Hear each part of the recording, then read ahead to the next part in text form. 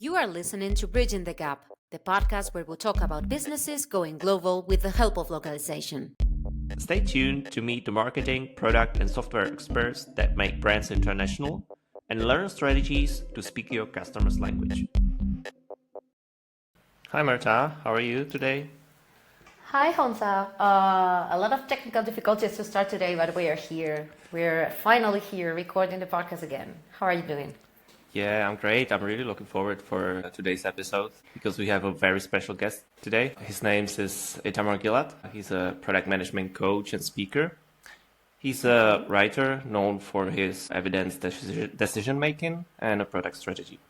So he's the creator of the GIST framework. I'm not sure if anyone heard about it, but it became pretty popular in the product management community recently.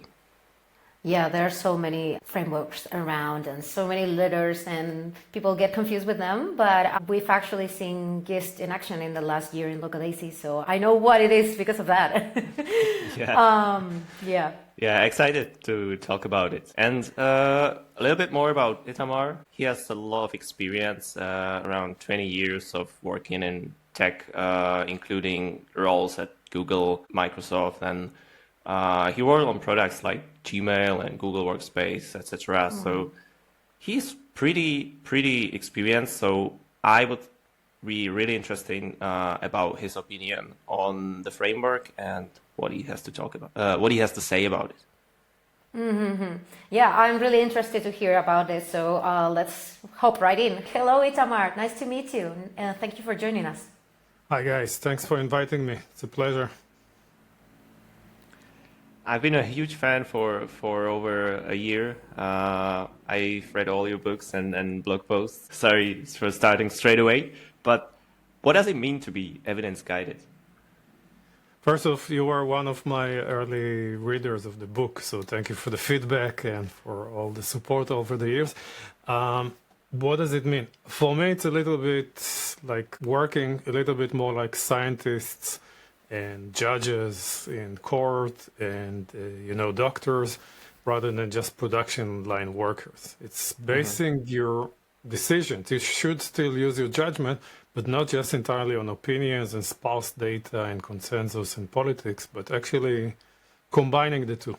So it's not killing human judgment. And I like this example of, say, the judge. If the lawyers come and try to convince the judge that this person is guilty, the first question is, where's the evidence? What evidence do you have? If there's no evidence, we assume that person is not guilty.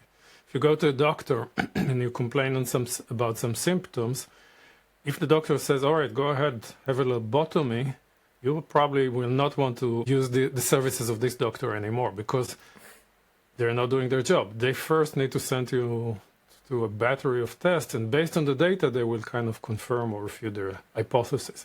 So I think that's what we want to do in product as well. And unfortunately, in product, we're still banking too much on opinion, on experience, on intuition, all these other things. We should use them, but in combination with evidence. Yeah, this makes a whole lot of sense. I agree. What is the, let's say, a biggest misconception when people hear and want to adopt evidence-guided decision making, and what are the biggest mistakes people make? I think the most common one is to think that it's going to be very slow. It's going to slow you down. And when I explain to people how they can run a series of experiments or a series of steps in the GIST framework language, people stop me and say, but when do we start developing? Isn't this very slow? Who can afford to? Because we need to rush and launch stuff, right? And yeah, I understand where this question is coming from, but it is a misconception. First, it's not slower in the term of getting to the results you expect. If you have a set of outcomes you want to achieve, actually banking on your opinions and launching things is going to get you much slower there because most of the things you launch actually don't perform as you expect. They don't generate the results you expect. So actually taking some time to do the research, to do the discovery, eliminating the bad ideas and doubling down on the good ones is actually expediting your delivery of value, which is really what we care about. We're not here in the business of shipping bits, but we're in the business of shipping value. So it's not slower, it's actually much faster. And that's misconception that a lot of management teams have to deal with, or product teams have to explain to their managers, because the managers are always like, can you cut short the discovery? Can you rush it out and then switch to delivery? Because people really believe that delivery is where it's at. Yeah, you mentioned GIST. We should probably start with explaining the framework briefly to our audience to actually give them an idea of how it could work. So could you just do that for us? What For does sure, it mean? So GIST is explained also in my book that you can see behind me, product placement. But it's basically, the core hypothesis is that in order to move to an evidence-guided model, you need to break the problem into 4 parts. Setting goals that are about outcomes, using OKRs or other models, using metrics. The second part is learning to evaluate ideas. I talk a lot about ICE, but it's just one method, but really evaluating ideas based on the evidence available, and then asking what's the impact on the goals, what are the costs. And then the next layer, steps, is actually about testing your hypothesis. A step for me is what the industry tends to call an experiment. I prefer the word step because experiment is not exactly right for everything we're going to do. Some of these steps are actually just doing a spreadsheet and doing a kind of back of the envelope calculation. Talking to customers could be a step too. So we use the steps to evaluate the ideas, to evaluate the assumptions and the risks in the ideas, and then we reevaluate them. So the 2 layers are connected. We need to do these loops of testing, and then based on the results, asking again, what's the impact and what's the estimate? And things change dramatically once you have new information. The last layer is called tasks, which is about connecting this to the reality of agile teams. So a lot of agile teams are very delivery focused. We're in Europe, we see this a lot. So how do you extradite them from agile jail, in a sense, and have them participate in the 4 layers of GIST? So setting goals, committing to them, creating ideas and evaluating them, and running the experiments. Of course, this is all in the discovery phase. Once you've found some ideas that are good that are validated, and we'll talk about that, I hope, you can switch to delivery, which is the more classic way of developing things. So this is mostly about product discovery. This is something that sounds very obvious to me as a non-product person even. So I wonder if you have found some case studies where people didn't understand it at first, because it seems so consistent as the usual process to find how we need to find a problem. We need to spot the problem and have evidence for them before we make decisions. But is it the norm among companies? Have you seen companies where this is not the norm and they are just pursuing ideas that are not working and they don't have evidence for? I would say that's the majority case, unfortunately. However, it is the common sense things to do, right? Let's use evidence. And in the past, let's say 15 years, it's become much more understandable or well understood that you need to do this with design thinking, with lean startup, with Marta G's product discovery. Companies now speak the language. They say, yeah, we run experiments, we have assumptions, we have hypotheses, but it's often just a facade on the surface. And below it, you don't need to dig deep to see they're still very much in their cycles of plan and execute. Let's do a roadmap. Let's execute on the roadmap. Where's the evidence behind it? It's very scarce. It's mostly some bits of data and a lot of opinions, a lot of consensus, a lot of HIPPO, highest paid person's opinion. So there is a room for, I think, frameworks like GIST, like opportunity solution trees, like other models that are proposed, because there is such a demand for that. And when I talk to CPOs, when I talk to product teams, they complain a lot that although the company is paying lip service to being evidence-guided or whatever you want to call it, they're not actually acting on the words. So that's why I think there is a room for that. You mentioned a couple other frameworks, but let's just focus on GIST. If there's a company that is interested or compelled by the idea of evidence-guided decision-making, what should they do to start? Do you recommend adopting the whole framework as is, or is it better to start step by step or just do small changes in the direction of GIST? Or do you think it won't work in practice? That's a great question. When I teach GIST, one of the things that frightened me the most is when the CPO says, yes, we're going to implement the whole thing in a couple of quarters, because that rarely works. It really depends where the company is. Some companies are more advanced or more modern, in my perspective, and some are far behind. But it really makes sense to stage it, as you say, and to ask yourself first, where is the biggest problem right now? Are we setting bad goals? Are we not aligned? We don't measure. And start with the goals layer and try to get your goals in place. Are we spending a lot of time debating ideas and then we're choosing ideas that often turn out to be weak? Implement the ideas layer. You can go out of order, by the way. Are we not experimenting enough? We're mostly delivering and not discovering. Start with the step layers. Is our development teams, or are they really disengaged and really disconnected from the needs of the business or the users, and they're really focused on engineering goals, and they're building these massive engineering projects that take forever? Use the task layer to bring them in and get them to be discoverers as well as delivery people. So it really depends where you are, what level of these different things, and where the biggest pain is, and I would try to stage it this way. Another way to stage it is to implement, but only in a subset of the product organization, not across the entire organization. Usually outside the eye of Sauron, not the part that makes the most money and everyone is intensely looking at, but something to the side. So that's another implementation technique. Yeah, that's a really smart way of implementing this. Basically, leading by example, like trying it in a small subset or a smaller team and show, hey, this works. Can you just take a look at this? Maybe we can try to spread this idea over multiple teams. And I would add to this, because you want to stage it because you will need to change the process along the way. You can't just copy a process from a book and just expect to use it one-to-one. Things will have to be modified.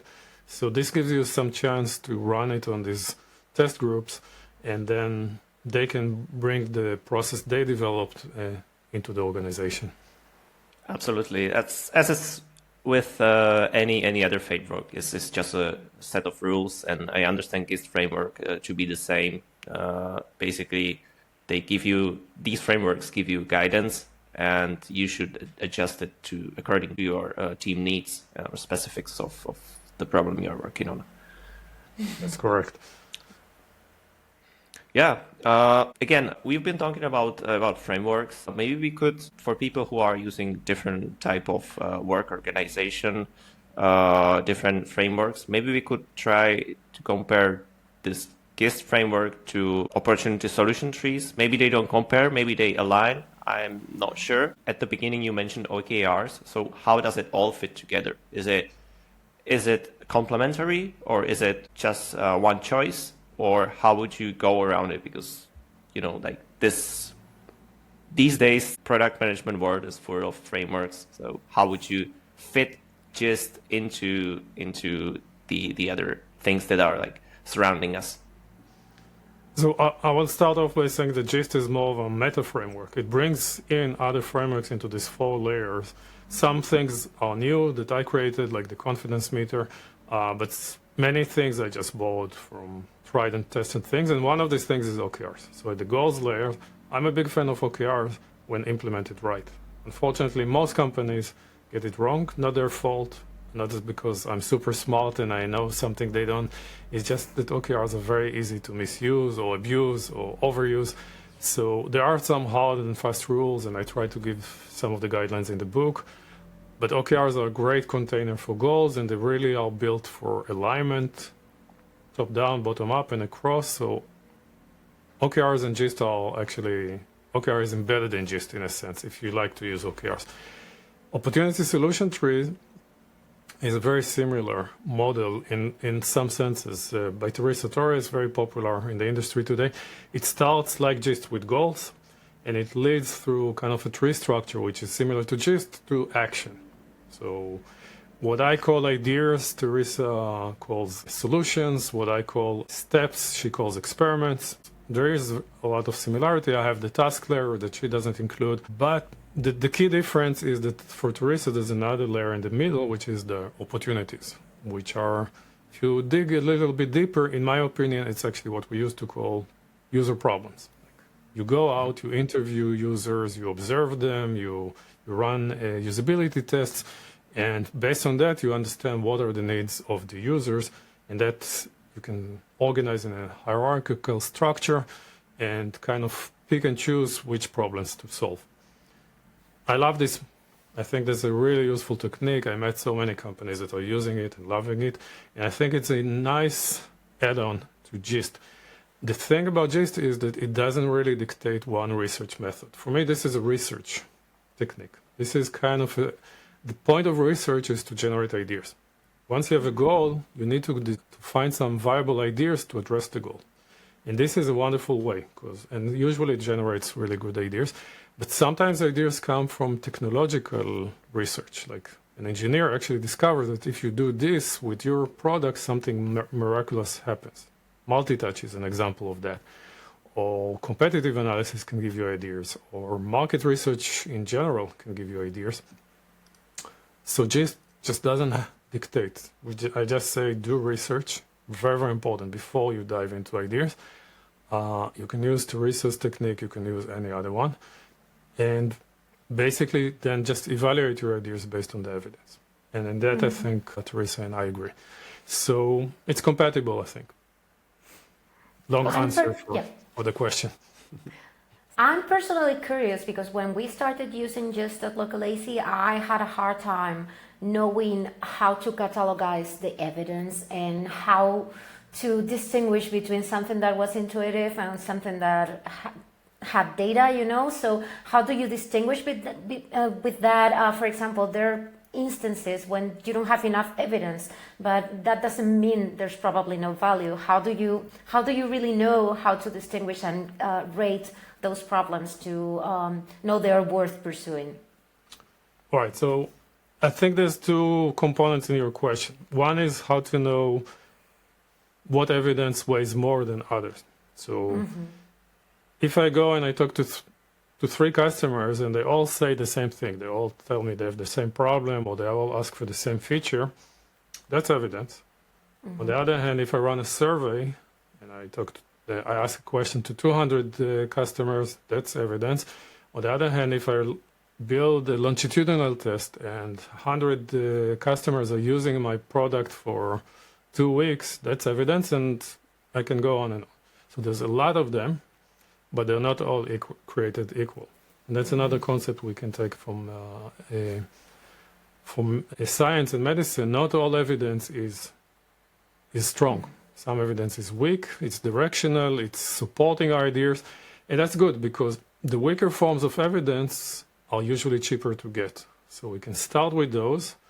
If they show support for the idea, we can move on and gain the more stronger forms of evidence, depending on the idea, by the way. If the idea is small and not risky, you don't have to go very deep. You can stop early and launch it.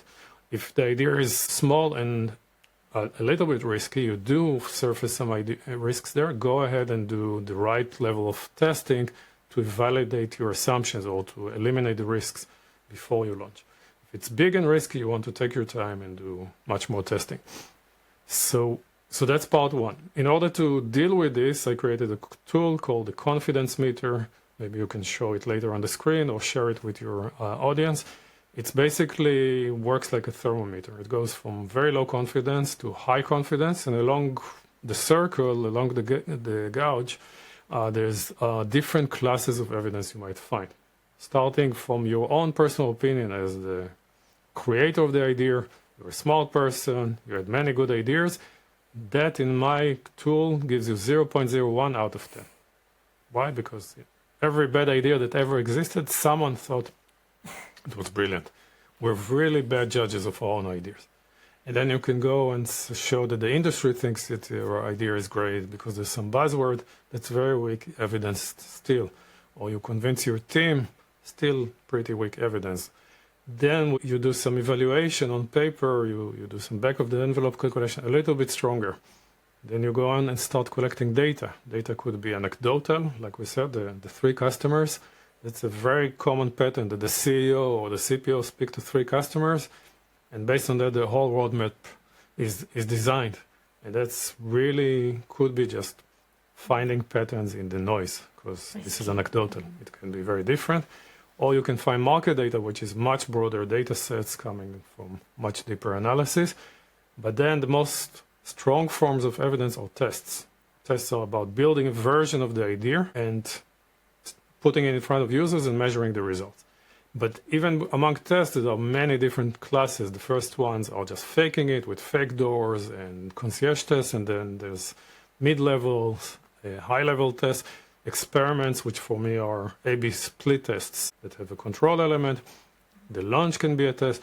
There's this whole gamut from very cheap but giving you weak evidence to very expensive but much more rigorous. And you need to master all of those. You need to know when to use which and when is it time to stop. That for me is the core of evidence-guided development. So I hope I answered your question. Yes. If not, ask me again. Probably the hardest thing on the whole evidence decision making is in my opinion, getting rid of the bad ideas. And my question would be, how do you distinguish between we don't have enough evidence yet, or there's no value right now, or we should discard this? How do you distinguish between these two, and where's the line? We don't have enough evidence yet. I'm sorry to say this again, but I would really point you in the direction of my tool. Because and this is the way most companies use it. They were in the habit of launching things based on the opinion of the SVP, or based on the opinion of the fact that in a review, this idea, everyone thought it's a good idea, and one competitor had it. That was enough for them to go ahead. Now, when this happens, someone pulls out the chart and says, this guy thinks with this tool that we're actually just at 0.7 out of 10. We should go further and test the assumptions a little bit more. And this is extremely effective in deflating hippos and decision by committee. It really depends on your culture of your company. But in a lot of companies, it makes a big difference. I would say that you need support from management for this, because if you go ahead and say, the opinion of the SVP is not strong enough, then in some companies, this will not be a very easy message to digest. But if you do have someone supporting and saying, yeah, we're willing to consider this sort of evidence-guided model, starting with the confidence meter will shine a light on the fact that you're not using enough evidence. To the other side of other part of your question, the idea is not working is when you test it, and consistently the tests don't manufacture the results you expect. And then there's a tendency, as you say, to hold on to the idea. It must be a good idea. The test must have been bad. And sometimes that's the case. So it's okay to change the idea a little bit, improve the test, run it again. If you do this 3 times, you might be falling in love with your idea too much. You need to let go. That's another cultural thing, but in companies like Netflix, they would kill major ideas if the data doesn't show proof.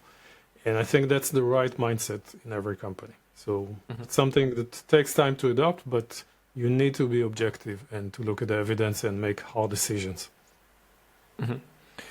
Yeah, this probably leads us to a topic, the whole new topic, which is test design. But we don't want to go too deep into this. But maybe a small tip for our listeners before running the test: it's really useful to actually set the expectations, because if you don't fulfill the expectations you set earlier, then it's probably not a good idea. Totally, I agree. There's a phenomenon called moving the goalposts, which I've seen a lot, even in companies like Google, where we say, okay, we run an experiment, here's the data, here's what we expect to happen, this will be success.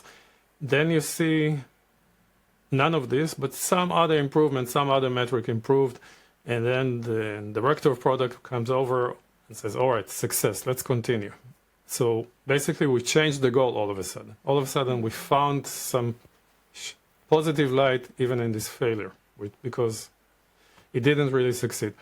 So we need to be really conscious of this. And sometimes being very strict about defining the goals in advance or defining the success criteria is key for good design of the experiment. I will say this, in many cases you don't know what to expect. You don't know, you think you'll see an elevation of 5%, then you get just 1.5%. Statistically significant. Should you dump it? I would say that's still good. Let's take it. But be willing to admit it's not as impactful as we thought, but we still, given our judgment and analysis, we're still willing to go with a 1.5% idea versus a 5% idea. If that's what you do, you're doing it the process right. Itamar, in this vein, was there like a time where you followed the evidence and it led you to somewhere completely unexpected? I had many cases where my strong intuition as an experienced product guy turned out to be completely wrong. One time I was helping a company here in Spain, in Madrid, called Fever. Fever is helping people find events, local events in their city. When I started using the app myself, I noticed that you need to scroll a lot because each event was like this big block that filled up most of your screen, and then you needed to flip to the next one, the next one, the next one. And immediately on session number 1, I gave them this very strong UX advice. Guys, there's too much scrolling, it's too slow, you're hurting your business. Try to do a grid. Let's do 6 events per page. And there was another advisor there in the room who says, absolutely, I had the same feedback. You guys should do this. Luckily, we decided to run an experiment. It turned out that there was a statistically significant drop in revenue once they did this. And we hypothesized that that's because each little tile now showed less information. So when people clicked, what they saw was mostly an image and maybe one piece of data. When they clicked, they were more disappointed. And maybe when you do this multiple times, eventually you give up on the app altogether. Well, the big tile gave them a lot of information, and then they were much more ready to convert once they clicked into the event. So it just comes to show you that don't trust experts, and product sense is highly overrated in my mind. So definitely one example. Another example was that shows my age, but there was a time in 2010, early 2010s, where we noticed in Google that a lot of people are going mobile only. And there was this whole line of thinking about that in emerging markets, people will not have PCs at all, or they will just use tablets because tablets are cheaper and easier to use. So we need to prepare all our products for a post-PC era. We had the same theory about the workplace, but I managed to convince some leaders in the organization, let's do some research, market research in emerging markets. We went to Brazil, we went to Indonesia, I think, we went to Kenya, we went to different countries. And the picture we saw consistently was the same. It's not that people don't like PCs or don't value them. It's that they're expensive sometimes, or they're using older models or more clunky than we are used to using, but they absolutely love PCs. We hardly saw any tablets being used for anything, and if they were more like a children's toy. We also found that actually emerging market users are much more like developed market users than we thought. This whole model that we had in our mind that are just their needs are more limited and then they're happy just doing everything on mobile was completely wrong. And that really helps our thinking about how to design products. They had needs, absolutely, but it's not what we imagine. So more often than not, the surprises are teaching you that you don't know what you think you know, or that you know less than you think. Mm-hmm. Yeah, thank you so much for the examples. We are a localization company, so we're always interested in tips how to enter new markets and what to look for. My question would be probably try to give some advice to our listeners.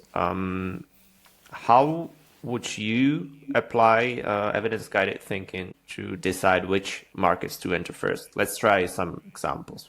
Like, what would you do to, research new markets and apply evidence thinking to it? That's a good question.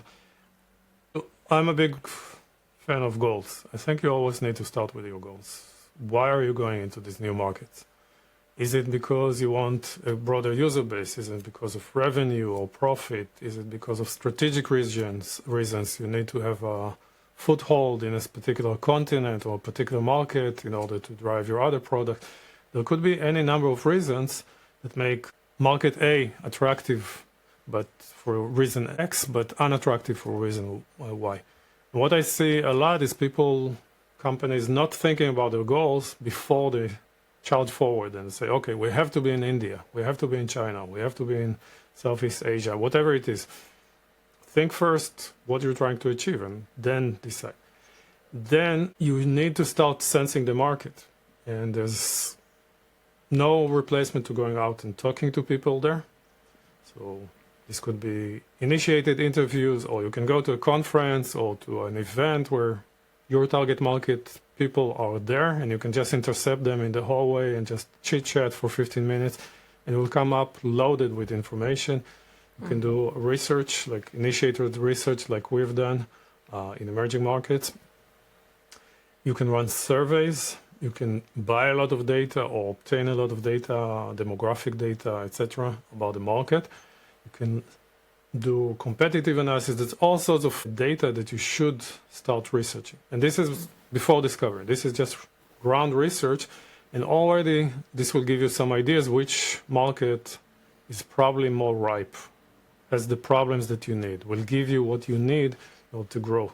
Another question is whether or not this market has a growth potential that you need, which is something we need to consider. Then you can start running some experiments. You can do fake door tests. Just put up some web pages and try to drive people there and see if they convert. You can do what's called a pop-up store. This is a physical store where you try to sign up people to the service, actually, like just for a couple of days and see what happens. You can take some other product and with their permissions, wrap it up or like sell it under your name. Or basically you will drive people eventually to that product, but you don't want a direct competitor, but something similar, just to sense the market. So there's a lot of creative ways to sense the market before you actually jump in head first into it. If the signals are right, this will kind of eliminate a lot of markets and give you one that you're willing to go to. Then you need to start committing more and starting doing more. But I would think of the whole process as a series of experiments rather than just have to launch this market, even if it doesn't work out, we're committed, etc. Those are Yeah, good and ideas. this basically ties back again to the whole GIST frameworks. It doesn't change a lot. You just follow the steps, and the only limit is your creativity. How good experiments can you design, right? Exactly. Awesome. Hopefully this will be helpful for our listeners. Yeah, lots of great ideas there, especially because when you want to go to a market, when you don't have users, it's sometimes difficult to find ways to connect and see what is going to stick. If it's too new, product teams are clueless sometimes. They don't know where to start. So great ideas there. Thank you. Maybe a little bit on another note. I was wondering if evidence-based decision could lead us slightly away to pick more safer bets and miss out on some game changers. If we let's say proceed in some smaller steps, doesn't it, let's say, always convert to some, as I said, like more safer bets than complete game changers? That's a common question, and I think it's fair. At first, why I think this is not the case. When you're in a world where you make big bets without actually validating these bets with evidence, it's really risky to take a big step. And you see a lot of companies being very risk averse because of this reason, making a lot of small steps. And then once in a while, there's a big bet that comes from the top, and the whole organization is doing this thing for 2 years. And then you discover whether or not it was actually a good idea or not. And we've all been to this corporate mandates in our careers. So in a world where you have access to evidence and you're using it correctly, a lot of these inhibitions should go away. Because even if you're betting on a big idea, you're not going to create a huge project around it. And it's risky. There's absolute risk. You're starting by eliminating the risk in very cheap ways. By talking to people, by doing some analysis of the data, by generating some data, by doing fake dolls, by doing MVPs. And then you have many opportunities to either kill the idea or pivot it to improve it, because big ideas have a lot of moving parts and they usually need a lot of iteration to actually use their potential. Then the risk of failing is much lower. So that really gives you the latitude to go out and be much more creative with your ideas, in my mind. That's the theory anyway, and that's the way it should be working. The reason your question is coming up a lot is because people are looking something like ICE, impact, confidence, and ease.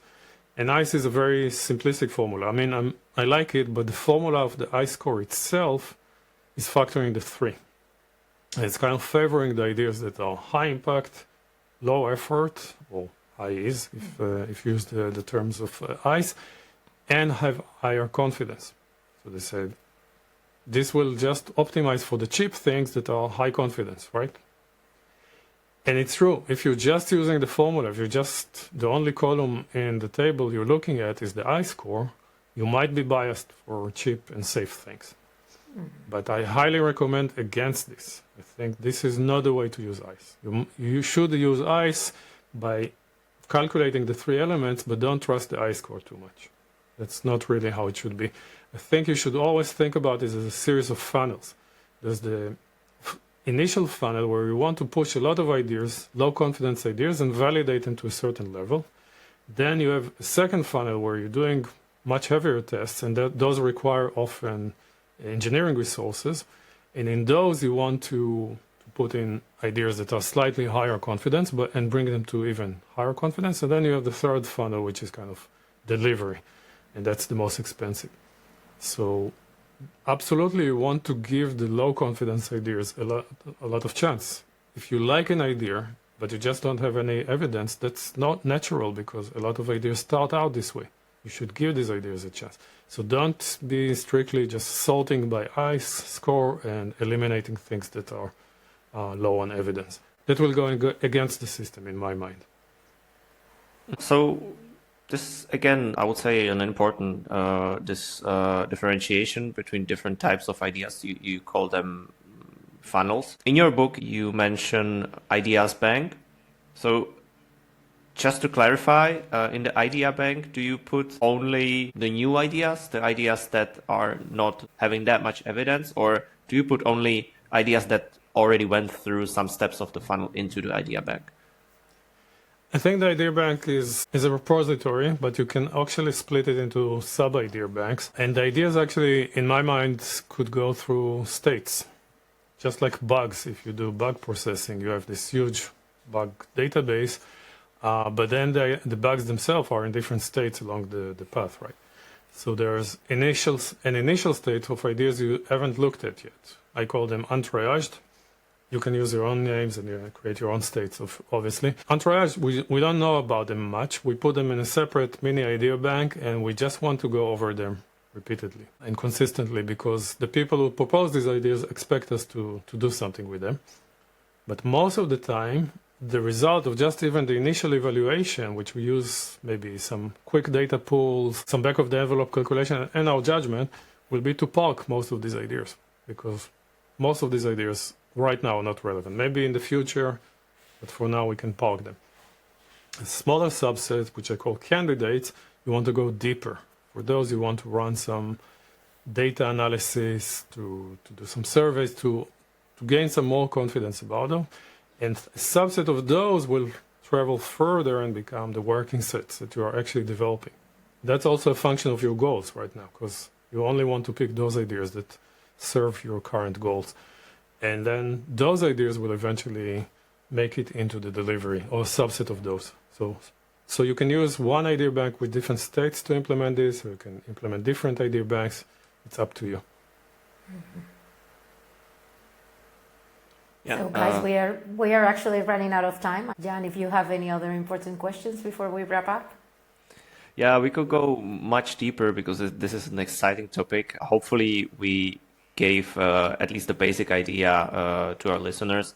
And I wholeheartedly recommend the book for everyone to read. We will link it with the podcast episode. So maybe to wrap up, what would you, Itamar, recommend to our listeners to get started with this framework, and maybe some, let's say, tips how to be more evidence-based in the future?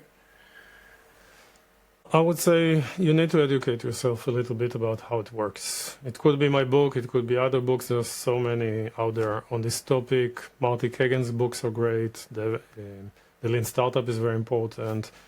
Teresa's book is good. So just get familiar with the terminology, understand where your organization is maybe coming short. First, you can do several things within your scope of responsibility. Whether you're a product manager or director or CPO, you can decide what you can implement.